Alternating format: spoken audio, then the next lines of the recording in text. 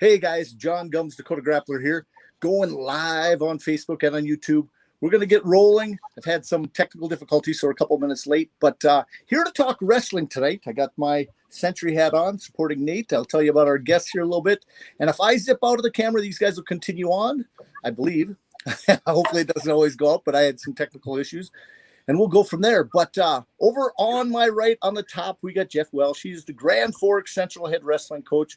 He's been doing it for a long time, and he's been a great ambassador for the sport. In fact, he's kept the sport going, I believe, in great fashion in a hockey town. And we'll talk a little bit about that. And then on the far bottom side, got Century's head wrestling coach, state champion from there, second-year head coach. He's been with the program for a long time, doing some great stuff with the Century program. In fact, he's kind of the major motivation point. I see him. He's the guy in the room that's going to kick your butt and get you going. I like what he's doing. That's Nate Humann. Then on the bottom, it's my right-hand man, Bill Holtan. He is by far my best college guru, the guy that I love listening to more than anything because I don't know anybody that knows the college better around this area. And so hopefully everything goes smooth, and we have a great talk tonight with wrestling. So if I look like I'm lost or doing some other things, feel free. I'm going to try to get a second camera going here on my computer because that's down. I'm going on my phone right now. But so I want you to introduce yourselves, and we will, talk some wrestling. So Jeff, I'll start off with you. Let's introduce yourself and tell us a little bit about what you're doing up in Grand Forks. Yeah, I'm Jeff Welsh. I actually graduated from Grand Forks Red River back in '88, same year John graduated. And funny side story before I forget, Vince Ames invited me and some other coaches over, and he found his VHS recording of the 1988 state finals. So we're going over there next week to watch them. So I had a teammate in those finals, and then Terry and Troy were in them too, obviously. And so that's going to be fun. But I've been coaching at Central since about 1989, 1990, and I was a longtime assistant for Matt Berglund. And then this is my 6th year as the head coach. So it's been a good run. Really enjoyed being at Central these last 30 years or so. Well, Vic Ames, that's a great one because he came up with a pretty big win. I wrestled him a lot as a kid. I knew his dad very well, being a longtime wrestling coach there too. It's a great name to hear. What is he doing in Grand Forks? Well, we're going over to Vince's house. Okay. Vic actually lives in England, and really? He was, he graduated West Point, and then he was in the Army for a while, and then now he does, I believe it's some defense contracting company that he works with. So. Okay, well, that is pretty cool. Okay, then on the bottom side, Nate, why don't you take off and tell us a little bit about yourself? Well, my coaching career is pretty brief. It's my second year being co-head coach with my old high school coach, Gerald Lamar. Coached me from my sophomore year on, pretty close with him, and asked me to go on board last year and start coaching, and got hired Bismarck Public Schools, and I thought, why not? It's kind of something I'd always wanted to do, so starting pretty early, pretty young coach, but yeah, I graduated from Century in 2014. Then I just finished up school out at Marion, spring of 2019. So wrestled out there and had a lot of fun wrestling for Coach Aho. Had some great teammates and wrestled with Tate Barnhart, Jared Reese, those guys, and a lot of fun out there. Well, awesome. Definitely got a bright future ahead of you. Okay, then Bill, give a quick introduction. Yeah, Bill Holtan here, coming to you from the Carrington, North Dakota area. Just a big wrestling fan, obviously.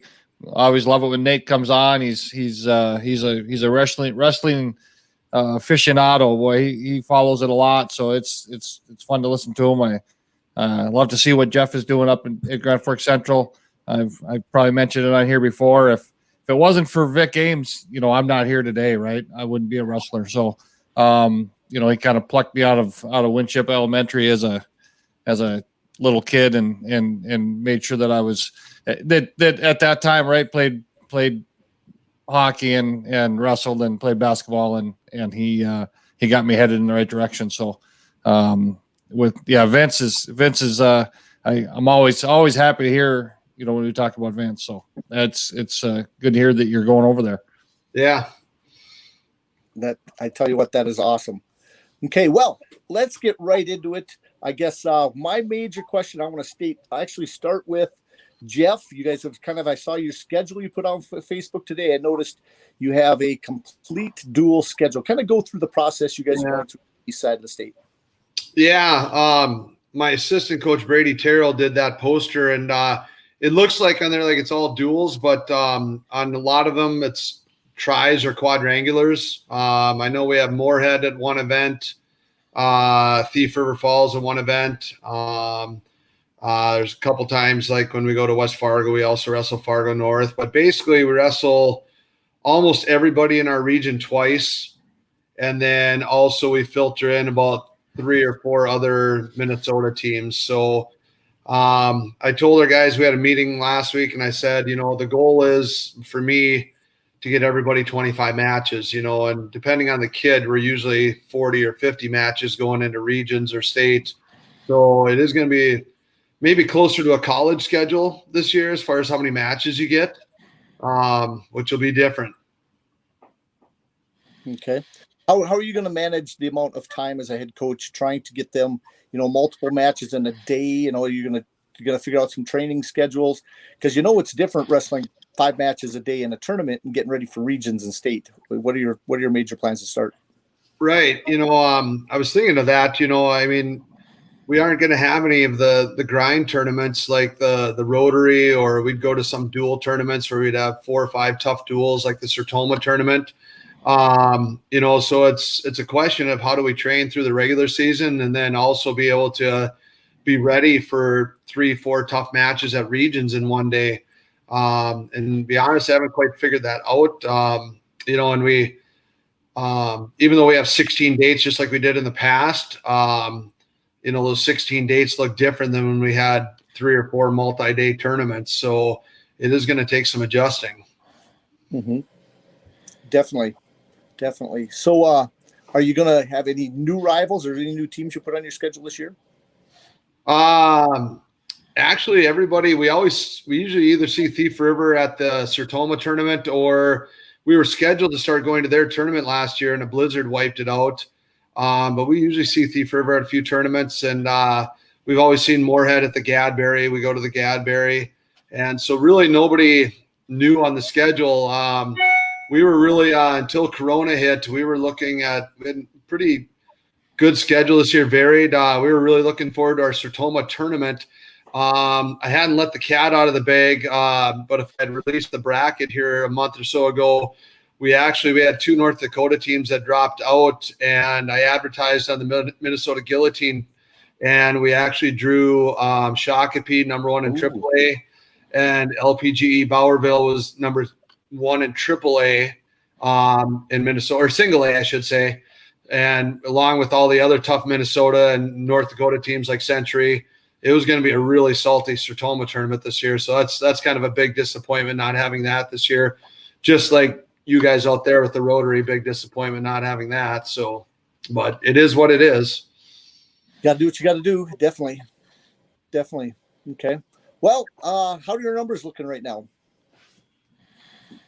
For me, pretty good. I think, preseason with our meetings and open mats and things like that, I think we're pretty close to 40, with 4 of those being girls. So we finished with 2 girls last year, and we have 4 girls signed up this year.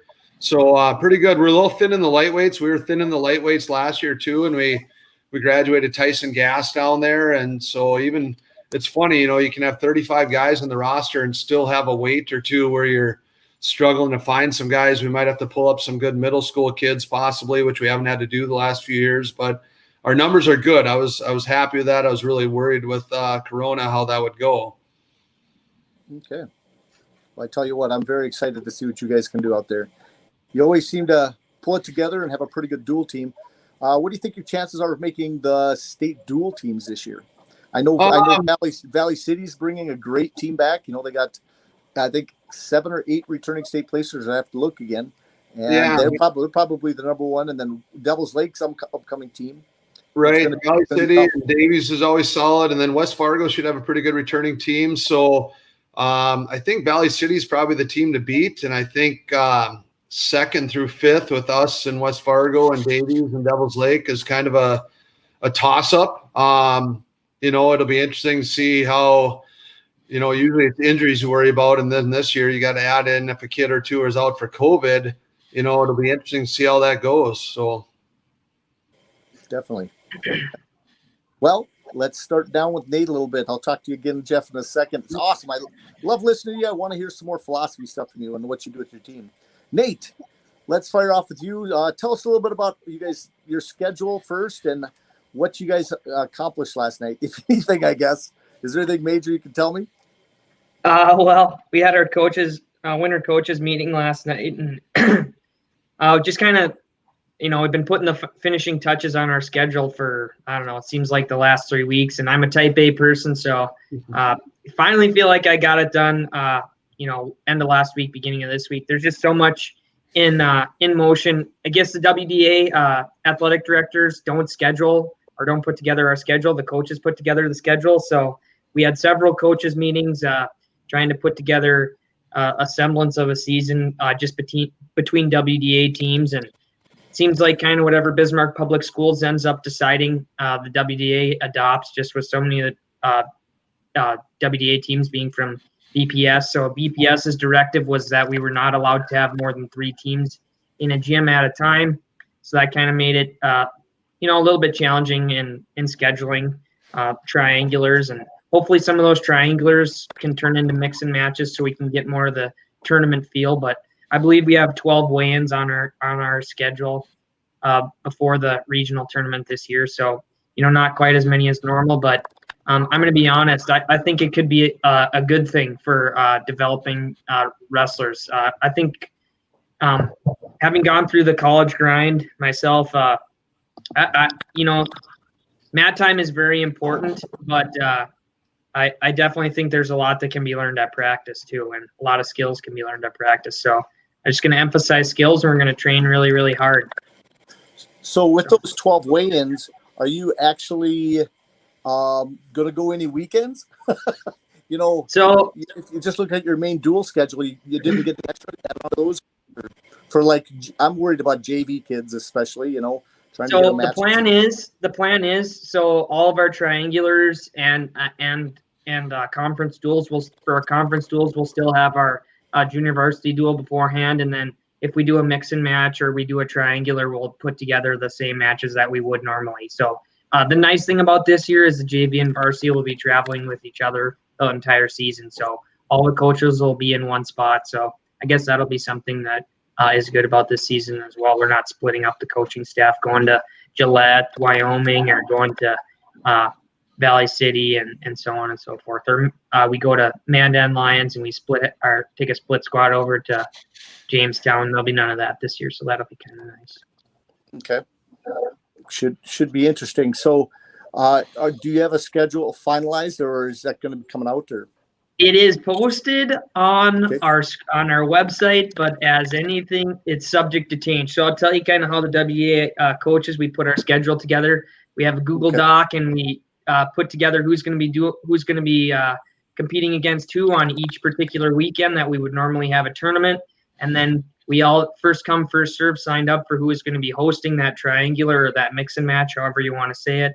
And that's kind of how it went. So we have the dates figured out, but obviously times and availability for gyms and what that's all going to look like. I mean, there's probably not a lot that could change, but there still could be some slight changes. It's been difficult to find gym space. Just this year with basketball in the past, the WDA had done I don't know if you want to call it a doubleheader, but both varsity games were played in the same gym. And so this year they decided with COVID to split the girls and boys games apart. So, for example, if Century and Bismarck High are playing, the girls will be at one school and the boys will be at another school. So that's twice the amount of gym space, and that's less opportunity for us to find a gym. So we had to kind of get creative. I was to the point where I was advocating to my AD, well, we can try hosting a duel in our auditorium, and it was very nice. He was all for it. We're not going to have to do it, but maybe in the future it'd be something that we could do if we don't have gym space. But I know I've watched a lot of schools in other high schools in different areas, like Lincoln East in Nebraska has a YouTube channel or a vlog, and they every year Lincoln East and Kearney, Nebraska, they do a duel on the stage and they rotate it between the two schools. So I think it'd be something that we could pack our auditorium. I think we could fit a mat in there. I guess I haven't officially measured, but I mean, that could be on the table in the future too. So just coaches out there, get creative. I think that'd be cool. Okay. Not sure if that's me on my side. I apologize, people. Technical difficulties and all the other stuff. Kind of the cutouts too. Was Bill froze out here? Or am I froze No, out? I'm good. Yep.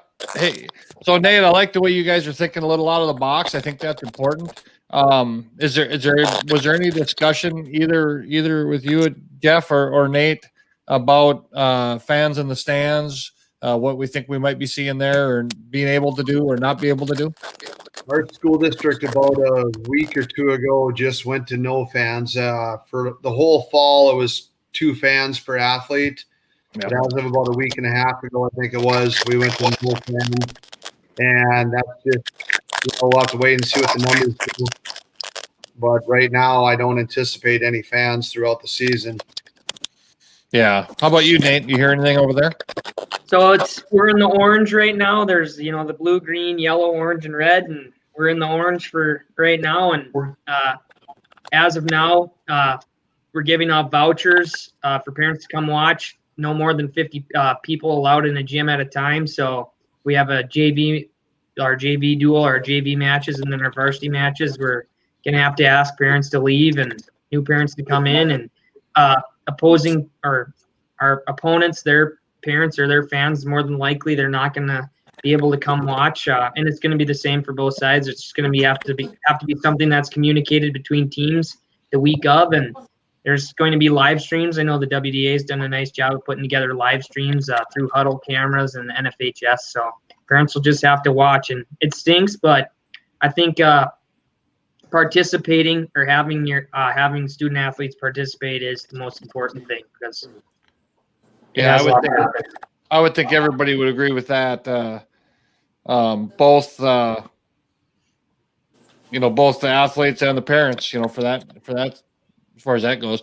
Yeah. Jeff, you guys have a opportunity up there to be able to live stream matches.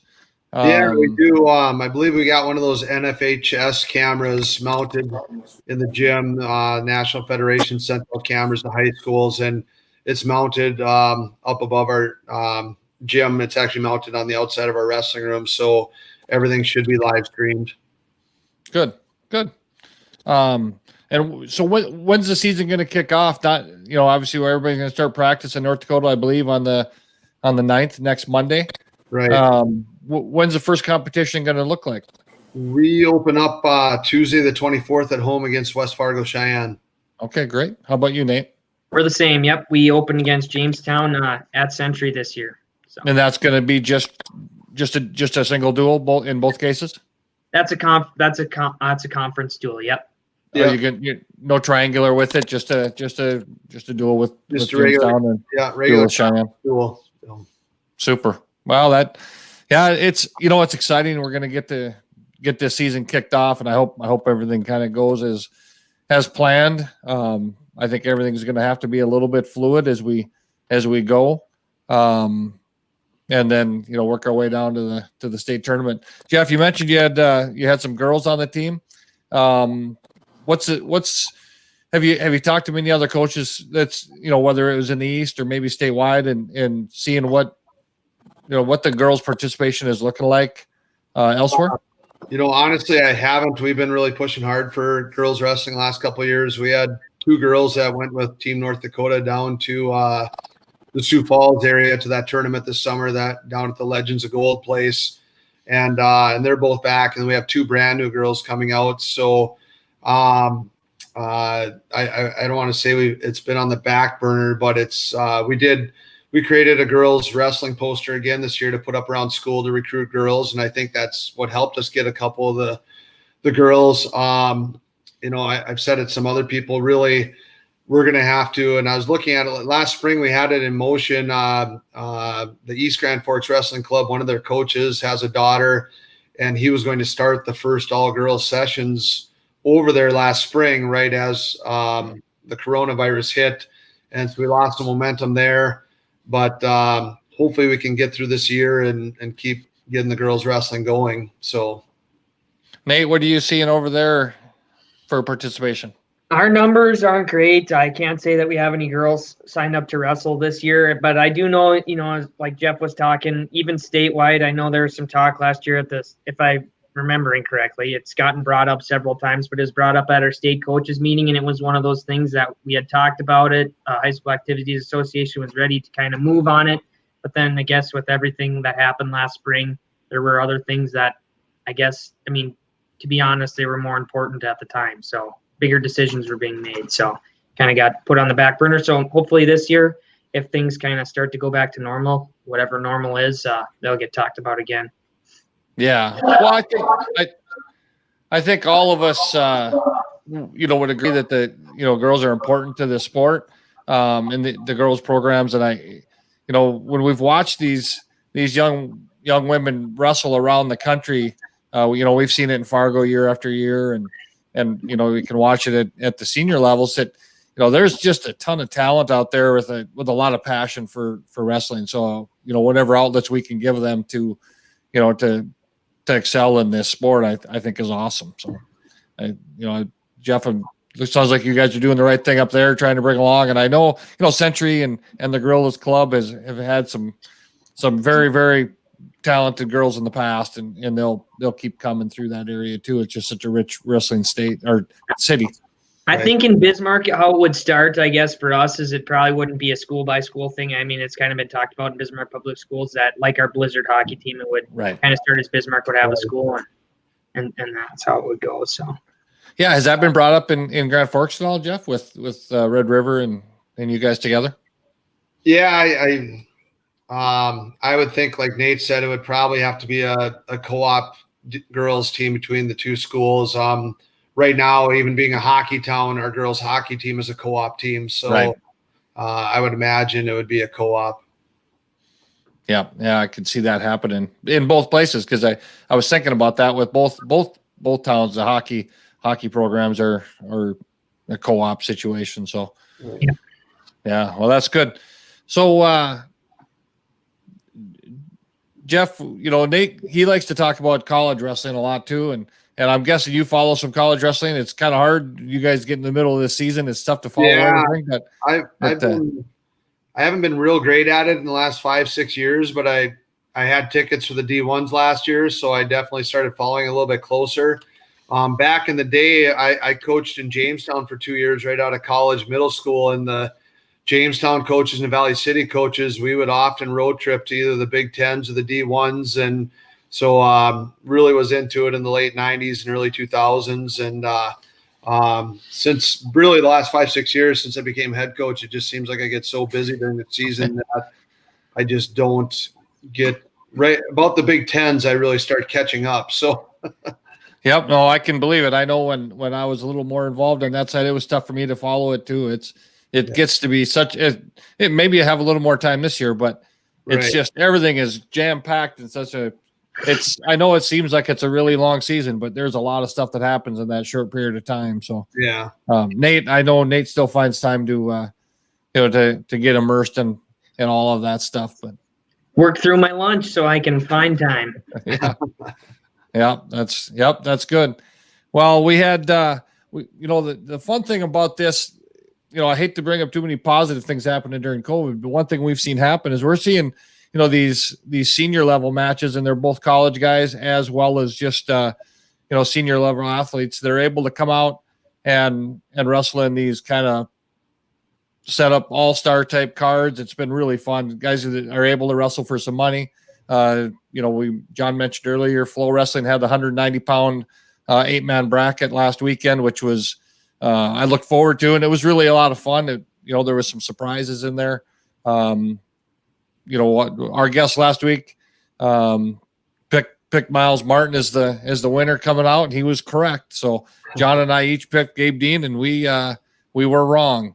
And Randy Berwick picked. It looked like you were going to be right for a long time. It did. It looked like a pretty good pick. But I saw a lot of stuff in that event that was. That was good. I mean, I thought that Shakir Rashid looked really good. I thought, he's big, he's slick. I think he looked healthy. obviously at the 86 kilogram weight, it's going to be awful tough for anybody to unseat David Taylor. But, I think there's a lot of those guys look like they're in the mix. Taylor Lujan, he can scramble and doesn't get himself in trouble. I mean, he can obviously prove that, he can. Well, this is one of those things about wrestling, right? I've loved it ever since I kind of figured it out a long, long time ago. It doesn't matter. You can be behind and you can win a match in an instant. And that, whether you're on the good side or the bad side of that, we saw it that night. So I just thought that we saw 8 guys there that can all be in the mix when it comes to the Olympic trials coming next spring. So. I think the best part about it is you're going to see, hopefully, if this continues to happen, more guys are going to be willing to lay it on the line if there's a little bit of money involved. Right. Because if it's just for seeding at the U.S. Open or, something else, there's no money on the line. Guys aren't apt to compete, obviously. But not only is it, they want the money, but what I'm trying to say is it's going to help the guys at the top too, because the guys at the lower level of the Olympic ladder are going to be able to stick around longer and push the guys at the top of the Olympic ladder. So that'll be good too. Hopefully we can keep it up. Yep. No, I agree. I think it's a great thing for the sport. The whatever we can do to keep, our athletes staying around and wrestling longer. I mean, the opportunity that we've had to watch Jordan Burroughs wrestle, since 2011 on the senior level, I think has been great. And he hasn't had to coach; he's just been able to train. Like that's it. Yep. And still, we don't ever think he wrestles enough. But I think what did I hear the other day? I think his records on the senior level is like 196-9. So that's a lot of wrestling matches. So we'd like to see it happen more. And of course, we're going to get to see one big match we'll talk about in a little bit later. But is there anything else you saw out of that 8-man bracket, Nate?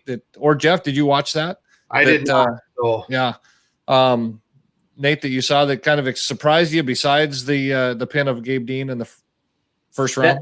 Well, that was on its way to a tech fall for sure. Taylor Lujan's known to be kind of a scrambly type guy. The one that kind of surprised me, and they'd kind of been pumping the match up all week. Flo was the Sammy Brooks and Nate Jackson match. Yeah. That was like non-competitive, and I know it'd been back and forth, and they talked about how Sammy Brooks had come back from big deficits before, but I was waiting for that to happen, that match, and then it was a tech fall. So yeah, I don't know. Nate Jackson, I think he came in there ready. He knew that that's one of those things that could happen, and he's got to finish that. I think there was maybe you saw a little tactical error by Brooks, but he was already down by 8 or 9 at the time, so it didn't really matter. But I think Nate Jackson's awful good. I think he's good. I think I think he's dangerous. I will say Miles Martin really impressed me. I put too much stock in his match against David Taylor back this summer, and where he, David Taylor made him look terrible, and $20,000 is pretty motivating. Well, it absolutely, and we saw that he is who we thought he was before that match, right before he wrestled David Taylor. So he looked good, and I think he could be that 86 kilogram weight is going to be a lot of fun at the Olympic trials. You're going to have those 8. You're going to add in Zahid. You're going to add in Derringer. You're going to add in David Taylor, obviously, as well as a few others. So, John's back. Good to see you, John. Hey.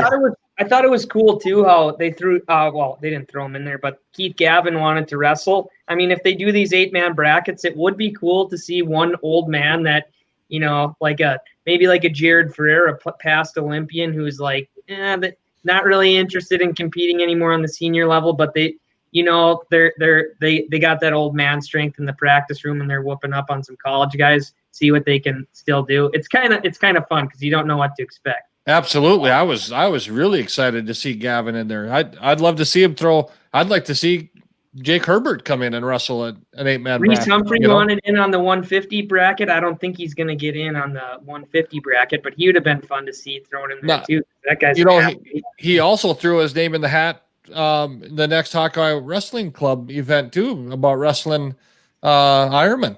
So that could be kind of fun. So Yeah, John, we were just talking about that 8-man bracket, the 190-pound bracket. We kind of put a bow on it, but you can give us some of your thoughts on what you saw. Well, I tell you what, we'll see how it is. I actually drove 3 blocks to my parents' house and had to get on my mom's computer and see if I could rehook up. I was on my phone the whole way driving over, listening a little bit, but we'll see how my volume is. So I tell you what, I loved it. In fact, the competition and that, I like kind of the format of how they come out to music. They try to really push the wrestling to be, fun to watch. The commentators were good. They really knew the wrestlers.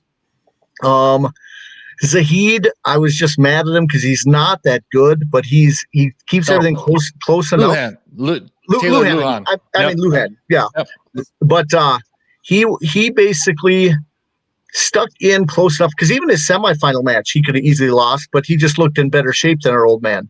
Yeah. And but other than that, they try to keep the atmosphere fun. They brought the girls out who wrestled well. It was a fun event, and I would watch it again many a times. And I'm hoping, there's one coming up at the 150-pound weight class. Did you guys mention that? Yep, that's coming up. Yeah, the women's matches, just touch base. Emily Shilson, I talk about her every time she wrestles. Minnesota kid, wrestles for Augsburg now. Kind of watched her since she was a youth wrestler at all the Midwest tournaments. I've seen her around forever. She looks great. I mean, I really think that's a pretty good chance that we see her, on the Olympic team at some point. She's going to be in the mix this year. She's still pretty young, but she has great technique. She's aggressive. She goes after it. So she looked really good. The other match, Macy Kilty had kind of a last minutes. No, that was actually Macy Kilty just tech fall over Zavala 10-0. She looked really good. Good two really good athletes that are going to be in the mix at the Olympic trials. So that was fun to see them in there. Bill, would you agree? Bill, would you agree that both those Shilson and Kilty are probably one cycle away from really? Yeah, I mean, they're going to compete now, but they're next cycle or the cycle after 2024, 2028. They probably going to be primed to make the team. Yep. Yeah, I do. I think they'll be in the mix this year. It'll be kind of like when we were at the 2016 Olympic trials, and and you had that those guys like a Mark Hall and a Zahid and Anthony that were kind of right in there, but they weren't going to win the Olympic trial spot. I think you're going to see and David Taylor and Kyle Dake, right? It was the same deal. They're a cycle away, and these guys these girls are. I think you're right. I think you're bang on there. They're going to be in the mix, but we've got some really good women at the top of that ladder. So, right, definitely. Like you had mentioned a little bit as I was driving over, Nate Jackson, he's really improved. I mean, his double, he goes really hard to start off the matches, and that usually is his detriment. You think of how many matches he was ahead of some of these guys, 9-2, and then gets pinned or something. I think there's good things for him too, is if he can stay a little bit more under control in the bigger matches. Not wear himself out so much, but he's very talented. I was impressed with again, Nate Jackson. One of the only guys to give Bo Nickel a loss in college, him and Miles Martin. Yep. Yeah, that's a pretty small club. Mm-hmm. Definitely. Next, I would go. That was Saturday. Sunday, we had the Hawkeye Wrestling Club. We'll call it a duel or the showdown. That was a lot of fun. Happened there in Iowa City. I did not watch the undercard. Nate, did you happen to watch any of the undercard?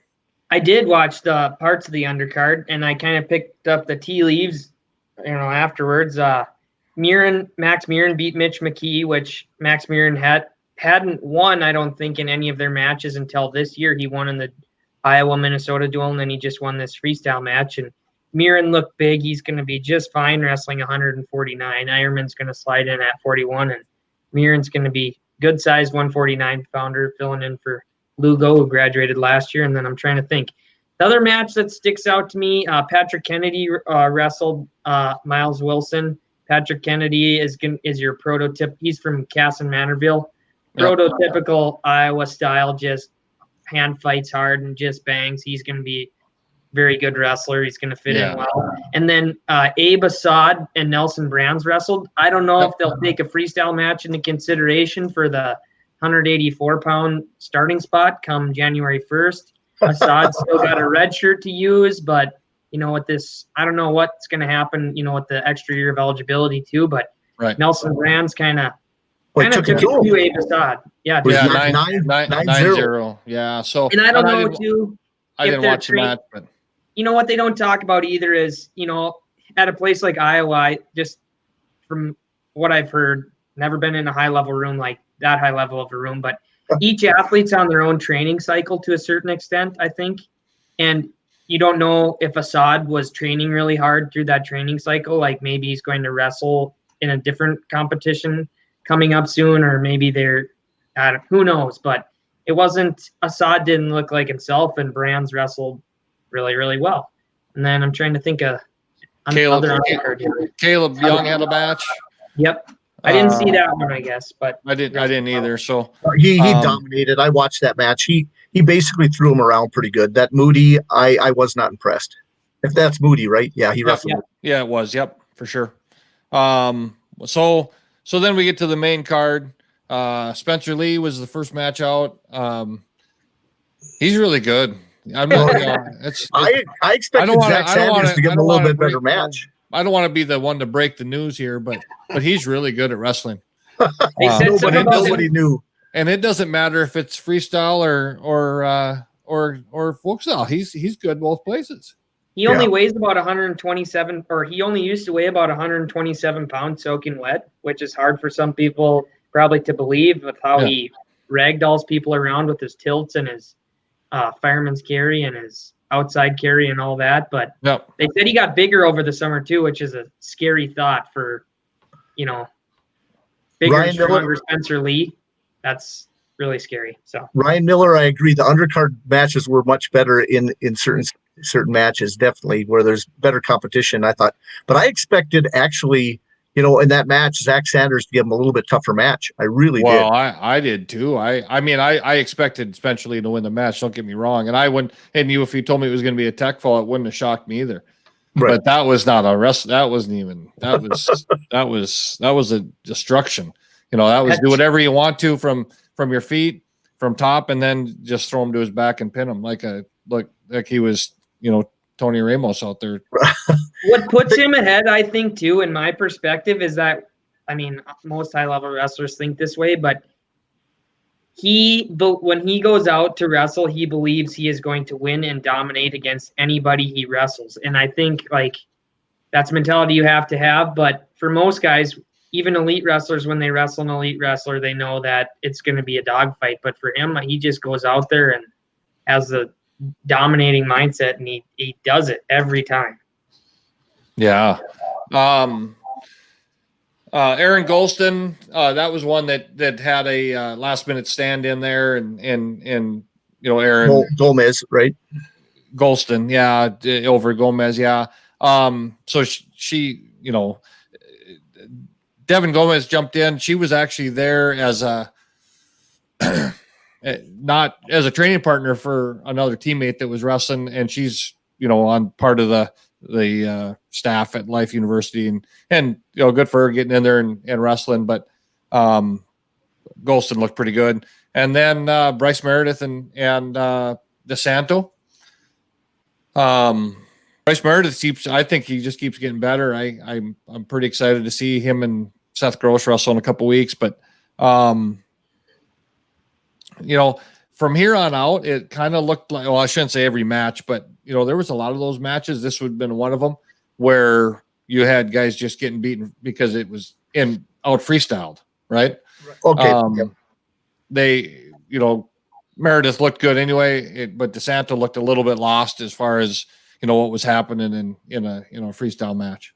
I didn't watch that match. Did it look like freestyle is going to be something he can learn, or is he going to be in trouble any freestyle match he ever does? Because I just think DeSanto is like the Tom and Terry Brands just push the pace, and that's how they used to win freestyle matches back in the day too. So I thought that part would maybe translate. Yeah, I think he's capable. I mean, I think, he's going to push the pace. He's going to chase you down. He's going to get some dumps, and he's going to put people to their back that way. But he was taking shots and, getting stretched out he could defend. Yeah. Yeah. And so, that was bad. But, now, the next match was, Ironman and Kanishvili. And that's kind of the big surprise there. Being an Olympic champion and Kanishvili just beat Yanni. So boy, I think Ironman's right in the mix in the Olympic, for the Olympic team here too. But he looked really good. Open, so 3 weeks ago or whatever. So it's like there's a lot of guys that are on that level clearly. And it's a great weight class, obviously. You got Oliver and Yanni and McKenna and Ironman. And 67, Northern Colorado. What's his Alirez? Alirez. Alirez. You got to put him in there. There's a bunch of good ones at that weight. Obviously, but so 67 is how many pounds? 67 is 143. So are any of these guys going to wrestle in the 150 coming up? I don't. Most of them can't. Zane's another one at that weight, but I think Zane wrestling in the 150. I don't think so. Oliver is.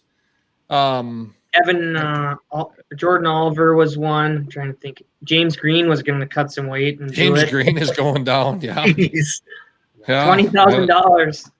I think it's 25 for that one. 25 for that one. Yeah. Yeah. So, Ironman clearly loves being a Hawkeye, though. He clearly does. Yes. Yeah. He says he's one. He is a Hawkeye. Next weight, 153 pounds, was Pat Lugo and Kolodzik. Boy, Lugo he's looking better all the time. I didn't think, I thought he dominated the match. It was 7-2. I'm becoming more of a believer. I actually watched him wrestle a fair amount in Fargo, over the years he was there. And I liked him. I was pretty impressed, and I thought he looked pretty good at Edinburgh when he first got there. And then after that, I kind of thought he stalled out. I thought he didn't have any offense, and but he looked a lot better this last year during the college season, and I thought he looked good. The last couple of events I've seen him wrestle this summer. He was a lot like Luke Pletcher, where they're very fundamental, and their first couple of years they didn't, like you say, have a lot of offense, but their senior year they kind of figured it out, and I think Lugo's got that confidence going. Do you think he's going to be a 65 kilogram guy? Like, could he make 143? Or do you think he's a 70 kilo guy? Like, he's a tweener for sure. He's a tweener for sure. I think he can make 65. I don't think, obviously he's not going to be competitive. He's not going to be competitive at 74 this year, but he probably will be a 70 kilogram guy next year. In the non-Olympic years. So, then James Green and Marinelli, one of the highlight matches to me of the card. Now, one thing I guess maybe Nate, do you know the answer to this? I think that everybody that wrestled in this if they had no college eligibility left, we were talking about the money earlier. If they had no college eligibility left, they got 10 grand to show and 20 grand to win. I'm not sure about that. They did say that Kinchigashvili made 10 grand. Yeah, I think they all got 10 grand to show and 20 grand if they won. That's quite a payout. Where are they coming up with the money? That's what I'm like floating. I think the Hawkeye Wrestling Club has a lot of money, but and I don't know how much is coming out of track, in that case, but that's true too. But I do think, so that, it's a great opportunity. In this case, it was James Green. Obviously Marinelli gets no money and James Green gets 20 grand if I'm correct about that. But I think, but that was, I don't know how that works. Well, it's probably different for an Olympic medal, but do they like Kyle Snyder? He was when he won an Olympic medal, they could put it away, but I'm sure it's probably slightly different rules. Yeah. But what's interesting before we go on, Jeff, don't take that personally, but what I just did last year. So I can't comment. So last year, one of a good buddy of ours, Rob Owens, gave Jeff a little bit hard time, and so I put it up there. But it was one of these where I just got back into the college scene, and we all got so busy. And I honestly, my knowledge at the college level was at about probably 10% compared to what it was 10 years ago. And now, just this last year, Bill kind of put me under the pressure of seeing all the stuff that he knew. And then I listened to Nate last year. I could not believe the knowledge these guys had. So I had to kind of catch up. So I finally understand what they're talking about. Jeff, I probably look the same way a little bit. So what's your college jump team, in, Jeff? Jeff, anytime you want. Yeah. And what is your college team you like? Jeff. I guess I follow the Gophers a little bit. And then back in the day, I was telling these guys earlier, I used to go to the D1s and Big Tens with the Valley City and Jamestown coaches when I was coaching in Jamestown. And so that back then I was a real big Iowa fan, but I've kind of since late 90s, early 2000s, I've kind of been a Gophers fan. So okay. Yeah, I know, because I'm listening to this Iowa stuff and I'm just drooling on this side because Iowa's my team, and I paid. That was kind of going to be my forte last year of know everybody on Iowa and was doing, and then Bill still shows me up every time. Okay, so we can go back to the other talk. I just wanted to get that in, make sure Jeff gets good. It. Yeah, no, I want Jeff involved in this deal. Yeah, on a different, like I said, in the late 90s, I was in early 2000s, I was really into it. We actually hosted Grand Forks was the training site for all the Pan Am teams in 99 that went up to Winnipeg. And so we had like the dream team freestyle team. I just found it the other day. I got an autographed picture. Phil Basting got these guys to line up, and I took the picture and I went and got it developed back when you develop pictures and got them to sign it. But it was Stephen Neal, Colat, Lincoln McElravy, Terry Brands, Joe Williams. I can't remember who was on. It was just an amazing team. And then I got to go up to Winnipeg every day and watch them wrestle, and they had tickets for us. And it was just amazing having those guys in Grand Forks. We had the freestyle team for a week, and then we had the Greco team for a week. So that was just an amazing experience back then. That's awesome. In the outtakes of the Terry movie, what's the old coach of the Hawkeye Wrestling Club? He just passed away. I'm losing. Coach that corner. Yeah. I'll think of it by the end. Okay. But anyways, there's an outtake where they're talking about traveling up to the Pan Am Games in Winnipeg there, and Terry must have been cutting some serious weight and been really hurting. And they're talking about sauning and swimming workouts with. And he had some sort of injury because the last day or two after every go, he was just screaming. And then he ended up not wrestling in the Pan Ams. They brought in Guerrero like 36 hours before the event started. And I can't remember how much it was. They said that Guerrero cut in that 36 hours, but it was amazing. And I think he might have got a bronze up there, and he really was only in the camp for 36 hours trying to make weight. Mike DeRoe is who you're thinking of. Yes. Yeah. But that's exciting.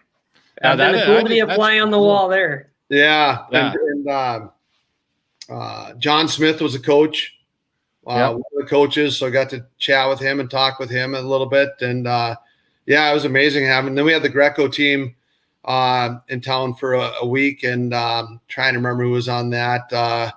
Quincy, trying to think, he was the biggest name probably. Greco wasn't real big then, but it was Quincy. Can't remember the last name, but yeah, they had a good team too. But the freestyle team was unbelievable. Dennis Hall was on the team. Dennis Hall would have been on the Greco team. Yeah, I got a picture of my son, 6 months old, sitting on Dennis's lap up in the arena in Winnipeg, and so it was fun. That's awesome. Was Lincoln McElravy on that team when he was he up there? Yep. That would have been the freestyle though, of course. Right. Honestly, that's probably to me one of the better Olympic teams, but they just as far as there wasn't a lot of gold medals that came from that freestyle team, but there were some damn good wrestlers on it. Yeah, and Stephen Neal was the wrestler of the world that year, and then the next year he got beat up by McCoy in the Olympic trials. So yeah. Hey. And hence football career. Yeah, it worked out okay. Yeah, I did. Yeah, 4 rings. So yeah. And that was when Maybe. they had 10 weight classes, and they were absolutely loaded for bear. Like, Yeah, they were. goodness gracious. Okay. Trying to That's think fun. who else. Oh, it was Rulon Gardner. No, about that? he was not on that 99 team. Okay, he must have been the 2000 then. Trying to No. think of some other names. 4 in Sydney, I think. 2004, and probably in 2004. Oh, later. Okay. Yeah, Freestyle team would have probably been something like Sammy Henson, Terry Brands, Kerry Colat, Lincoln McElravy. Not would have been. And then how about the Minnesota boy, Paulson? Was he there yet? No. Or he was too young. He was too young.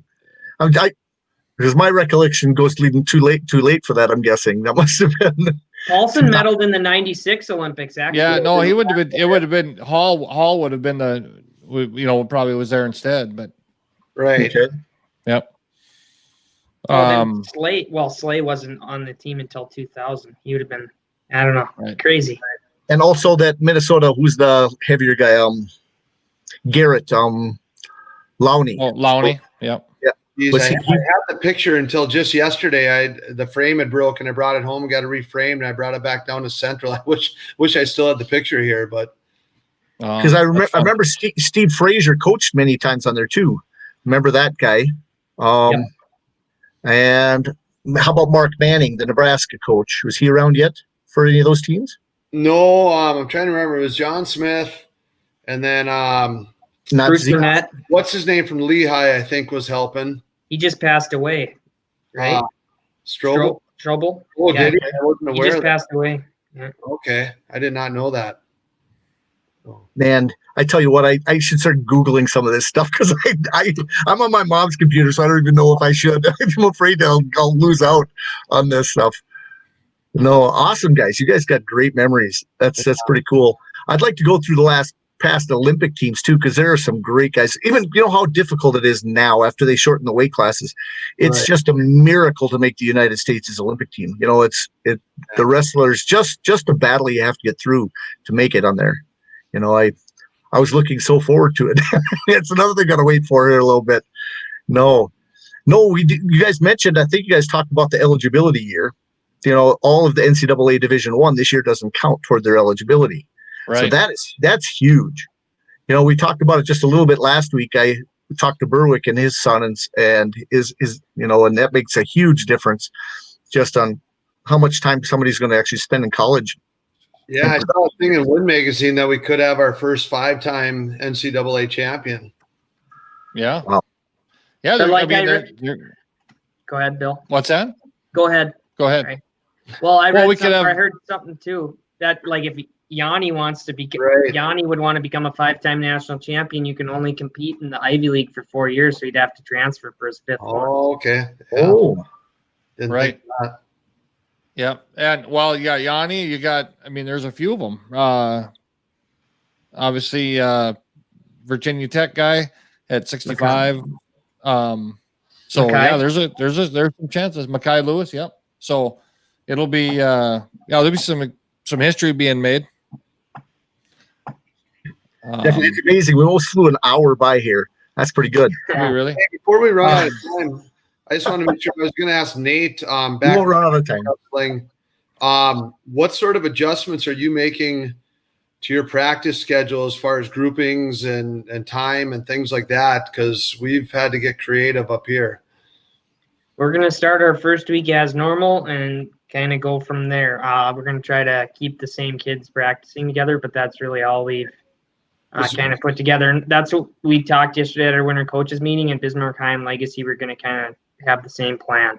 When we have our winter coaches meeting with all the sports, our AD mentioned, he directly talked to me and then James Covington, the new Red River coach, that the 6 feet, 15 minutes, all that stuff, none of that applies to wrestling. We're like in our own category that if a kid tested positive, our whole team would be shut down unless we could somehow say that they were isolated. So we've actually gone to a pod system. We divided the team into thirds, light weights, middle weights, and upper weights. And they're going to rotate about 35 to 40 minutes in the wrestling room, then in the weight room. and then in the cardio room or on the track. And ideally, they're never going to interact with each other. We also have a locker room schedule, so that hopefully if a kid did test positive, that only that 1/3 of the team would be, out for week, 2 weeks, whatever it is. And we could conceivably still fill 10 or 11 weights, depending, where those kids were, just because, seeing, we had some instances here recently with soccer teams or football teams having to forfeit entire playoff games. And so that's what we're doing to try to avoid it. And honestly, maybe it'll work out better. We're always saying we need to get in the weight room more. Now, every single day, a kid's going to be doing some sort of strength training for 30 or 40 minutes. And then each day, we're also going to add an extra session where one of the pods comes in for a second wrestling session. So hopefully they're not losing that much mat time.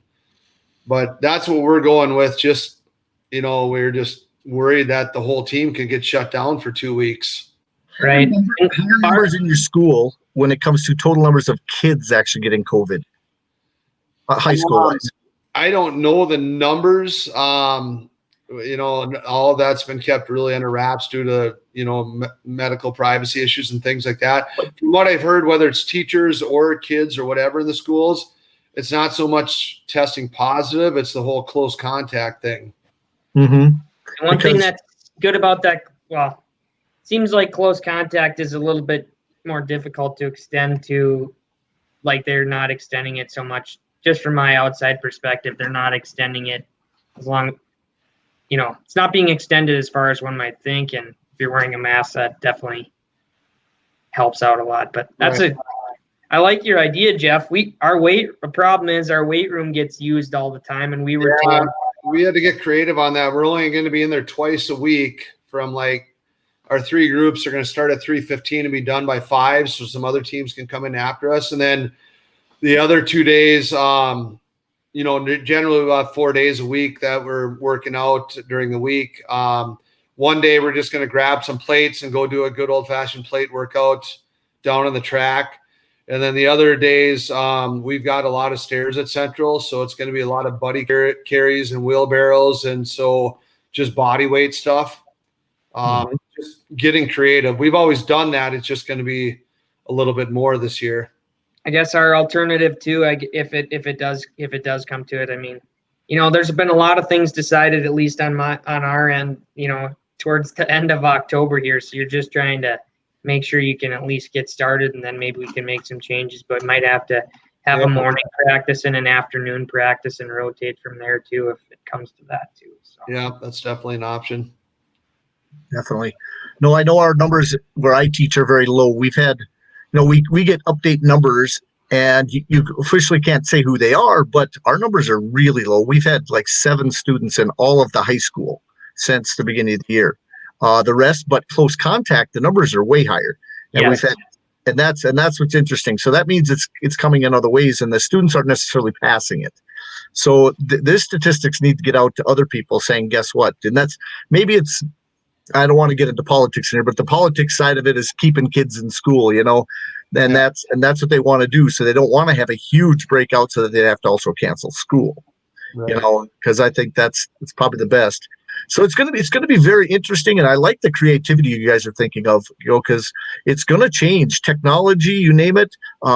We've always wrestled. People don't realize that the aspect of cleaning a wrestling room, it always happens. People don't realize it's not like you walk out of the wrestling room any night where it's not clean.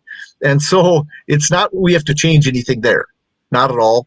You might have to do more in the morning before you start and do a few other things. But honestly, I think our most resilient students will probably be the wrestlers at the end of the year, because they've already come in contact with anything possible in their time. I really do believe that. One thing we talked about too, and the WDA coaches right away, but we didn't act on it. And looking at your schedule today, Jeff, too, EDC didn't do it either because it would have affected our conference duels and things like that. But we talked about ending the competition dates 2 weeks before the WDA or the regional tournament. Yeah, I thought about that, and then our schedule came out before I could even suggest it. In the EDC, the ADs come up with the schedule, and actually it's my AD that does the wrestling scheduling for the whole EDC. and I didn't get a chance to talk to him. And I don't know how that would have worked out because, like you said, gym space is a real issue. Even though we don't have any tournaments, we're still going a lot of Fridays and Saturdays because that's when gyms are available. Yeah. Yeah. I don't know. Hopefully we can get a vaccine or something figured out so we can compete. Yeah. Yeah. Yep. I know what goals. I like your goal of getting 25 matches a guy. I think that would be a great goal. I was thinking 15 to 20 even might be a good number, but I tell you what, that depends. shoot for 25. Yep. With forfeits and injuries, things like that, you could be right. It could be 15 to 20 or less. Now, what do you think seeding wise? Do you think it'd be appropriate for the East and West to go 8-1, 7-2? On each side. Yeah, we had an email exchange going on between coaches on that, and at least in the East, I can't remember if it involved the West. And normally, most years I'm opposed to that because there can definitely be years where one weight class is much more dominant from one region, and I think that's unfair to those guys from that region. And more often than not, that's the West versus the East. But there's been some years where the East dominated a weight class. But this year, it might maybe the fairest thing to do, being there's no East-West crossover. So I don't know. I see both sides of that. I'm not sure what my sorry to interrupt you, but the difficult part about it, I mean, WDA coaches, we've talked about it, and that's kind of what it sounds like. We've proposed it.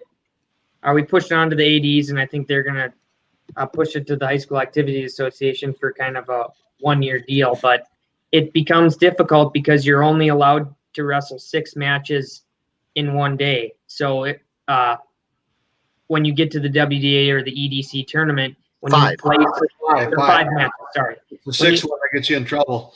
Yeah. So where you can't finish out the placing rounds at the regional tournament. So we'll have to get creative. What I think might maybe have to do at the regional tournament is if you make the semifinals, if you lose, you're automatically in for 3rd and 4th and eliminate that round of wrestlebacks. And then you could finish your placings out. I don't see another way around it besides making a 2-day tournament. And I don't think athletic directors are going to want a 2-day tournament. So it'd be nice for the region tournament if they could go with the South Dakota rule, where if you've wrestled under 30 minutes, you can wrestle that 6th match. Yeah. Right. Definitely. No, another thing now, is there any other team that you've heard that's pulling their season? Now, if you guys haven't heard, Turtle Mountain right now has canceled all their winter sports until a re-look at it come January 1. Oh, really? Yeah. So Turtle Mountain has no winter sports as of today, but it could change come January 1. They no practices, no nothing. And they're still on our schedule. That kind of is it now that after January is our match with them after January 1? January 8th.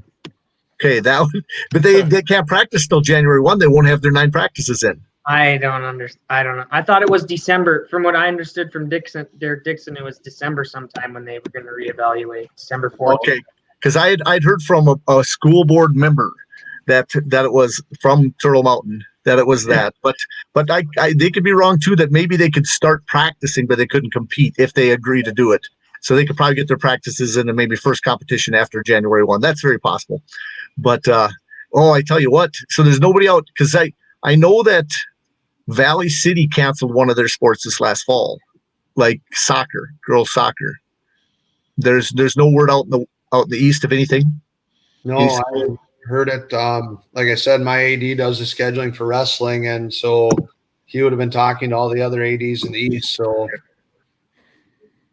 well, that's good. Good to hear that everybody gets an opportunity.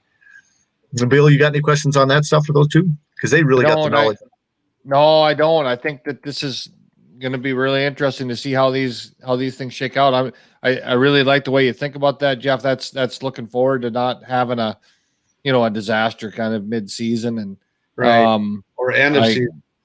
Or well, that's what we've for years, right? That last 2 weeks, 3 weeks of the season, we're all scared to death of skin issues, right? Where everybody's checking everybody 3 times a day, and this is going to be the same situation. It's not the end of the world, right? If we get everybody quarantined or a bunch of guys quarantined and early December, but Right. it's that end of the year deal that gets really scary. So, yeah, I think you got that. I think that's a great idea. And I think I think that'll be successful, right? I think you're going to have a lot of good things happen on the mat. I think you guys, looking at the assistant coaches you have, looking the way that John had listed in the Grappler, you had about 29 assistant coaches, so you should be able to spread them out. We got 10 on our staff, but some of them are college guys, some of them are Air Force guys. So we're hoping any given night we have 4 or 5 coaches there. Yeah. And one of them, Carol, coaches middle school up through Christmas. And actually, our middle school season, normally we've done the late October up to Christmas. But this year they shifted it. They're going to start on Monday, just like the high school. And what's happening in the East is just to try to make sure we can because there's no tournaments.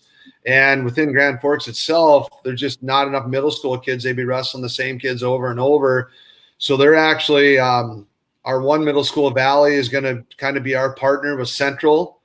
And when a team comes to town to wrestle Central, they're like West Fargo, they're going to bring their middle school kids with, and we're going to wrestle them. And when we go down there, our middle school kids are going to travel on a separate bus and wrestle down there. And then our other middle schools are going to travel with Red River. So our middle school season is actually going to go to the middle of January this year. That's a good idea. Really good idea. Not to date myself, but that's what we used to do in the 70s and 80s. Oh yeah. Yep, that happened all the time. We would travel from Valley with Central, and we'd go to wrestle at Fargo South, and we'd wrestle. I mean, lots of play. I remember traveling and having those guys come many, many times. There we go. No, I tell you what, that's perfect. And I idolized those guys. I rode on the bus from 5th and 6th grade, and I'd say my dad can't be basically punished for it anymore, but I used to get to wrestle junior high matches in 5th and 6th grade. So they used to joke, how old is that Gums kid when I was about a sophomore? Shouldn't he have graduated already? He must not be very smart. I remember him wrestling back in junior high. No, he wasn't in junior high. I was in 5th and 6th grade. He'd take me along and say, guess what? You guys got anybody small? Oh, yeah, we got somebody for you. And so I always got matches. It was amazing going to these little places and going up to Carrington and wrestling guys. Geez, you graduated, you're a sophomore, and you graduated like 4 years ago. You wrestled in junior high. Yeah, so many things like that. But no, it's another thing. And I don't know if you saw that, Jim, great being on there. He says, my man, Nate, yeah, he told me I was going to win video review before the refs told me at the regions one year. Thanks again, Nate. Nader. There we go. No, I love Jim. Jim's awesome. He gets on and watches this stuff too. That's pretty cool. Got anything to say back to him, Nate? Yeah, I respect Jim a lot. He's one of the coaches. It's fun to wrestle against, compete in Mankato. That's probably that was my favorite place to compete. Never won a match against any of his Mankato guys. I had some close ones, but Aho coached with Jim, and so when we go there, it was a big match, obviously, and that story there kind of brings a smile to my face too. Just like I'm into wrestling now, I was locked in at that tournament, and he turned around, and I was standing right behind the head table waiting for my match, and he looked over at me. He was walking towards the head table, if I remember correct, and I was like, I kind of winked at him and I said, "You're gonna win this one," or something to that effect. Something I'll never forget, and obviously he remembers too, so that's kind of cool. Yep, that is pretty awesome. I still want to get Jimmy on the show so we can talk some college stuff. I'd love to hear what they're doing there, because I know we had a phone conversation about a month and a half ago. He called me, and I was at school, and I could only talk for about 10 minutes, and I extended a little long, waiting for me to teach him, and we just visited wrestling for a bit. But got to have you on soon, Jim. I'm hoping you can clear a schedule some night. I know both Bill and I would love to have you on. Absolutely. So we'll get that started sometime one of these. Grand Forks to put a clinic on, being his brother lives here. So there we go. Well, I'll meet you up there. I tell you what, I'm going to have an interesting schedule this year too, because with only having 12 weigh-in dates for Century, there's going to be a lot of open dates. Jamestown called me, give a little thumbs up to Mr. Muse, gave me a call and wants to figure out some time to.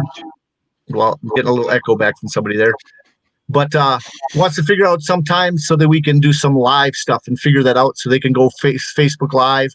what I'm planning on doing there. Now, let me give you an update for some people. I actually have a professional person. My website went down for about a day and a half. My message board, which I've had up for about 13, 14 years of information in the background there. You could search and find lots of stuff, which is kind of old school because it's not kind of the technology people use. So I actually spent more money and I paid for my son's car for my website to be updated, which my wife doesn't need to know. She's not watching.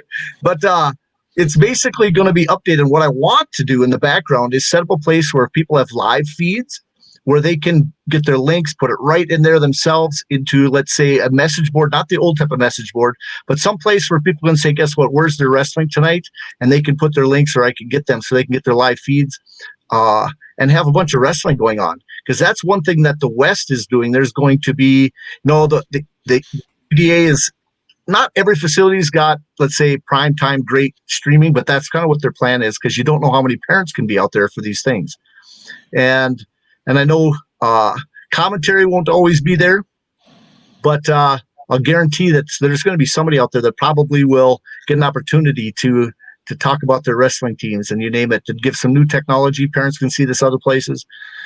So, I'm not an expert at that completely. I'll tell Mr. Muse that if he's watching. I'm not a complete expert, but I do know how to get people online and show them a little bit at least so they can have a live feed for themselves. It doesn't take some expensive stuff, a simple iPad and a phone, at least you can get on Facebook Live.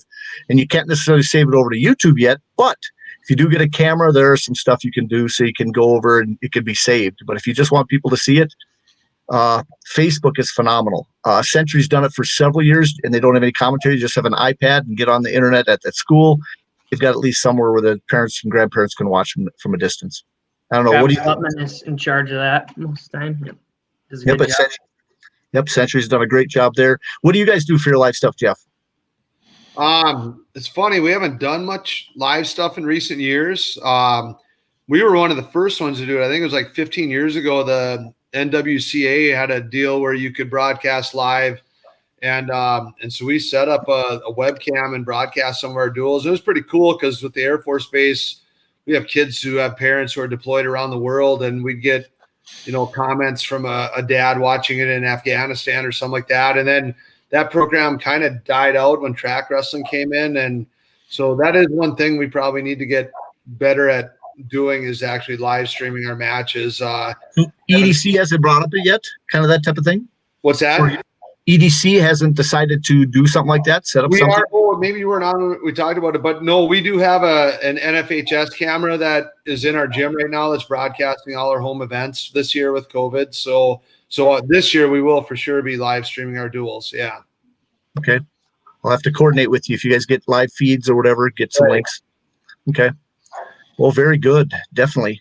Do you care if I tell one more Makovsky story while he's maybe listening here? Because this has been on my heart for a long time. So, most all of us in here, probably our last wrestling match that we ever competed in didn't go maybe the way we wanted it necessarily. And I know my senior year, 2 years ago at the regional tournament, it was one of those things I trained really hard and did the right things for, in my eyes for a couple of years and just couldn't come to terms with that being my last match. But the one thing that I was able to, and I'll think about it the rest of my life, is getting a compliment from a guy like him at the end of the tournament as I'm walking out the door saying, I wish I could have had you on my team, or something to that effect. You really wrestled hard. And, I didn't make it to the national tournament and didn't end my career the way I wanted to, but that was something that I can take away from my career, that someone noticed how hard I wrestled, and a compliment like that really means a lot. So, Jim, if you're listening, I'll never forget that. So that is pretty cool. That's awesome. That shows two things. One is Jim's a class act, and we've watched him. I've obviously watched him coach in the NSIC for a while, and the other thing is that Nate Humann worked his butt off on the wrestling mat. Right, we all didn't get to watch him in practice, including Jim, but you could surely tell by watching him on in matches that he was 100% locked in and worked his butt off on the mat. So there was two things that came together there that made a lot of sense. No, yeah, sorry, not trying to make it about me or anything like that, but I appreciate that so much. So no, That's what we need. I tell you what, those stories mean everything, because this is something that, I've always had a pride factor of doing these things. You miss those stories because that needs to be told. That's deep. That's really good. And that's what wrestling's all about, I think. So true. Definitely. Okay, and he does have a comment. There we go. He did hear you, Nate. There we go. You too, Jim. Thanks. Definitely. No, guys, we are heading at an hour 15. I probably should wrap it up, so I'm going to ask everybody if they've got any last comments. And then Jeff and Nate, I'm going to do the same thing. I'm going to ask you some quick questions. Oh, I don't have my list, but I'll ask you a couple of them. I am not on my computer.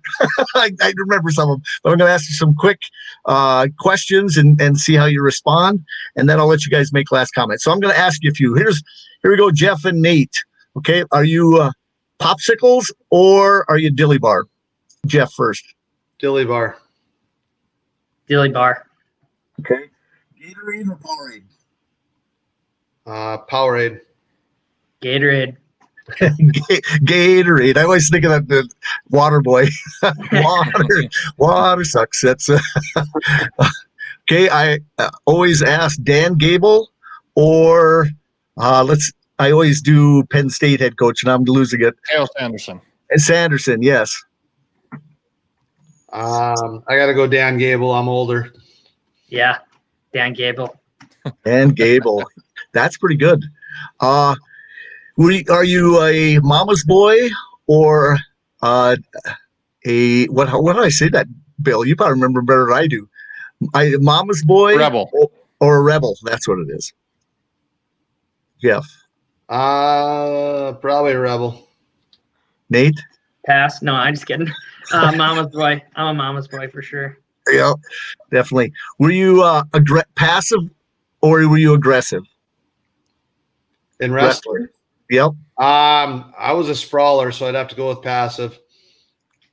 Is analytical a choice? Because that was my downfall. Thinking too much when I wrestled instead of just letting it go and letting it fly. My assistant coach my senior year at Mary, Topher Carton, he just yelled, "Let it go, let it go, let it go," all the time at me. Overthinking it. Yep, definitely. And that's usually another question. Were you a thinking wrestler or a brute wrestler? Thinking. Yep. How would you rather have your wrestlers on the mat, a thinking wrestler or a brute wrestler? Probably brute. I mean, I appreciate the Iowa style, the brand style. Yeah, I agree.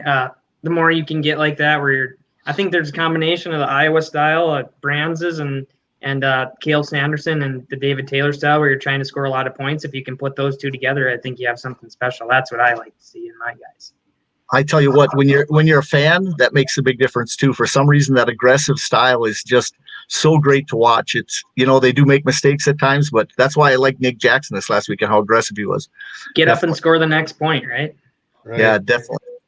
I had a couple more. Let me think. You remember a couple more, Bill? I had one. Yeah, well, fast-paced or consistently slow? I guess fast-paced. Seems like the world we live in is fast-paced, so whether we like it or not right now.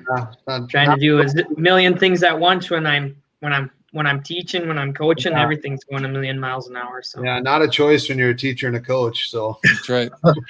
Jeff, favorite movie you like to show? Favorite move? You like to show? Yep. I like down on the mat, the Iowa turn series, arm bar, that sort of thing, and then out of on my feet, I'm a Russian tie / arm drag guy. So okay. That's usually consistently slow, that wrestling. Yeah, I was consistently slow for most of my career. So yeah. Okay, Nate, how about you? One of my favorites is just like just my go behind series. Front headlock. Trevor Johnson does the meat hook thing. I really learned that when I was wrestling on at Mary, snapping guys down, spinning around. Easiest takedown in wrestling. My favorite one to teach, really. Okay, awesome. Okay, guys. Well, I'm gonna let you make the last comments. One more. Best wrestler you ever wrestled. Yep. You can both high school and college if you want. Oh man, Best wrestler I ever wrestled. I'm going to say probably my freshman year after junior high, I got called up to wrestle in the regions the next week after junior high got done, and I wrestled Troy Vetter, who was a defending state champ at Fargo North. And I was 98 pounds, and I probably weighed 94, and he came up to me and asked me if he could see the brackets, not knowing who I was. And I thought for sure he was like, 126, 132. And I handed him the bracket, and he said, "Who's this Welsh kid?" And I went, "Oh." That's pretty good.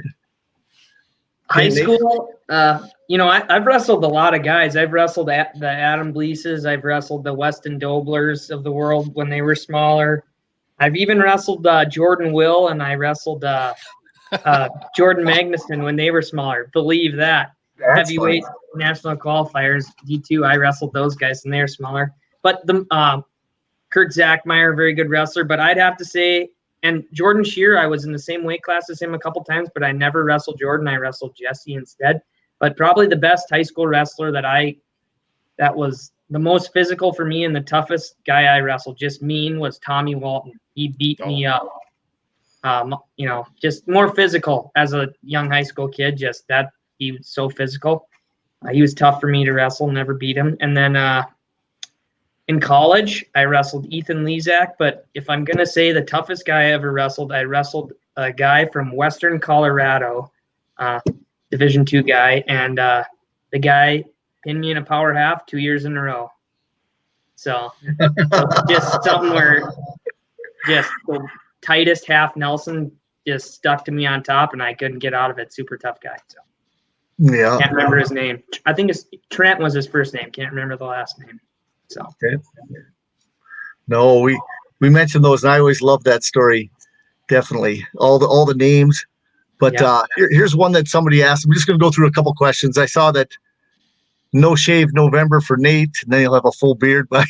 Well, see, I'm trying, Jim. There's a basketball coach in Bismarck that at St. Mary's that's going through cancer treatment, and one of the things is to grow beard for Brent to cook. So I shaved in the last day on Halloween, and this is all I have to show for it so far. So just a little shadow.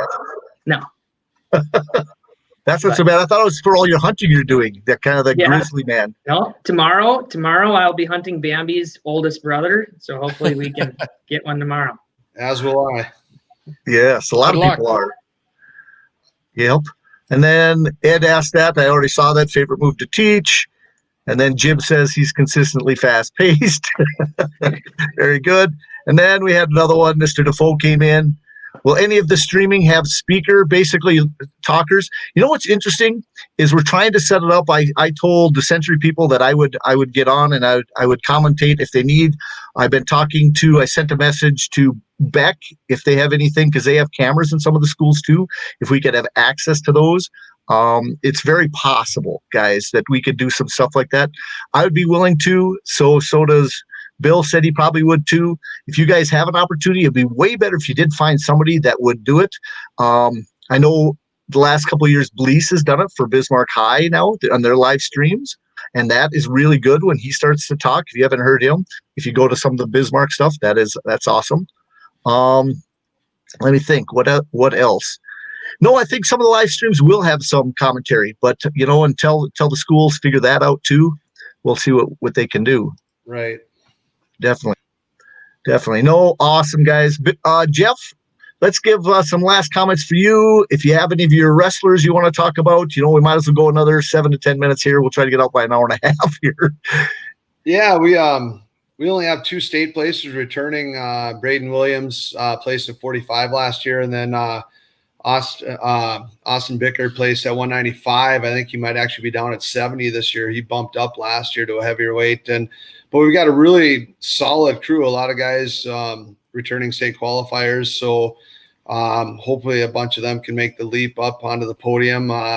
We'll be a little thin at the lighter weights. We got to find some lighter weights right now, but we should have 40 in the room, so I'm happy about that. And Great number. Going to be interesting to see how the season goes with COVID and everything. So hopefully we can just take it one day at a time and get to the next match and the next match, and hopefully we eventually get to regions and state. Okay, well, great. And Nate? I can't agree with Jeff's sentiment there. Hopefully at the end, take it a day at a time, but hopefully we'll make it to the WDA and state tournament. But some guys on my team, there's been a lot of guys coming to my after school practices, been pretty consistent in their habits, and I've had some kids, definitely it seems like they fell in love with the sport over the summer, that really committed themselves, and it's what I like to see as a coach. It's what you hope for, and it's what makes good wrestlers. But I mean, the Redens boys get talked about a lot on my team. The Ursuline boys, they're good wrestlers. I have a lot of freshmen that are this year going to be sophomores that I think are going to maybe step up and turn some heads. Caden Dakota's a good wrestler on our team. Johnson Jax has been to a lot of open mat, and he's improved a lot, gotten a lot bigger. Couple Jacob Bain, football player for us. He's going to be tough guy to beat this year. And two guys that I really think that are going to turn some heads this year. Mike Seeger's nephew, Ben Wygum, is a very good wrestler, and he's improved by leaps and bounds. And then a guy that didn't place at state last year, but he's a mat pack wrestler, and he's a wrestling rat. His cousins are very good wrestlers, and he's a good wrestler himself. Just got to believe in himself and give himself a little more credit as Danny Tanafu. He's going to be a tough guy to beat this year too. So looking for big things from both those guys. What does it look like at the lightest weights? For us? Yep. That is TBD. On 113, we might be a little thin, but 106, we'll have probably 2 or 3 guys battling it out, and we have some good junior high kids too that I'm excited about. But obviously there's going to be wrestle-offs and things like that. And in our sport, nothing is given, everything is earned. So we'll see how it goes. Well, Set should be in the mix, having those 6 returning state placers. So, yep, 7. It's probably 6. If I should remember all these, but I've gone through. In my opinion, last year, and everybody's going to be in new weight classes and going to have to go get it. So, definitely, I love this. Maybe there's the politics for tonight. Right there, there's a vote. Thanks, Dave. How many electoral college votes do I get? Yeah. North Dakota, you get 1. Well, Bill, any last comments out of you? No, just it's been a lot of fun, and same as always. Go watch some wrestling. There's not a lot between it. Anybody, Nate, you got anybody traveling this weekend for any tournaments? Yeah, we got a pretty big Monster crew of match? Gorilla kids, and I know I have at least 5 or 6 of my high school guys going down to Rapid. So good. Looking forward to how that goes. We had one guy, Jaden Hakey, that went to preseason nationals last weekend. So okay, good. I forgot to mention Clay Redens wrestled at Super 32. He's probably one of the last. Ryan Blease was one of the last kids that wrestled at Super 32 Clay's one of the last kids probably since Ryan wrestled at Super 32 to go to that tournament. So, what weight did he wrestle? He wrestled 38. Yeah, so that's what I thought. Yeah, just get that out there. Yeah, great tournament, tough tournament. I looked at the results some there. But. Yep. Yeah, I watched his matches, and gosh, he definitely can't be disappointed he was down there, but disappointed on how it turned out a little bit, I'm guessing. Yeah, I would agree. I mean, he's right there with the best guys in the country. It's just, it's one of those things that in, week out basis, if he was wrestling those types of kids, I think he would wrestle to that level, but we don't always see that competition. So like last year at the semifinals of the Rumble on the Red tournament, he's wrestling Cale Swenson, and I think Cale Swenson had an undefeated season last year in AAA in Minnesota from Wayzata, and signed to wrestle at South Dakota State. I think he's a Fargo All-American, and freestyle and Greco. And Clay was right winning the match until 30 seconds left in the third period. So I mean, he's right there. So just no doubt. Well, I tell you what, it's going to be an interesting year, a fun year. We just got to keep pushing it and play it day by day. And guys, keep positive. I think that makes a big difference, especially around our athletes. If we get down and have a negative attitude, it drags to them. And I notice that in the classroom too. If you keep a good attitude, they keep a pretty good attitude. Keep things light.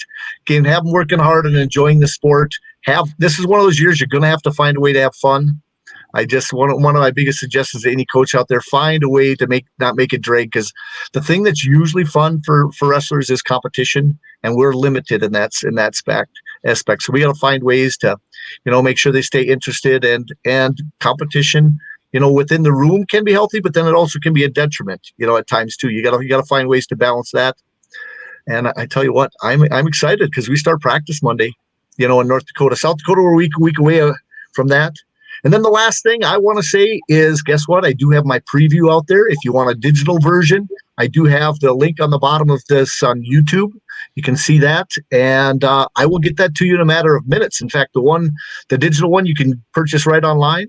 And then if you want to get a pre-order for the hard, which is printing right now, but it gets sent to Minneapolis to get, and I don't know what the situation is there for what's called perfect binding of the solid book. That could be a turnaround of a week, or it could be 3 weeks. I'm hoping not, but it all depends on the Minneapolis area sometimes. And right now that's kind of a major S show, if you know what I'm talking about down there. And we'll try to keep it clean. But other than that, guys, love the sport.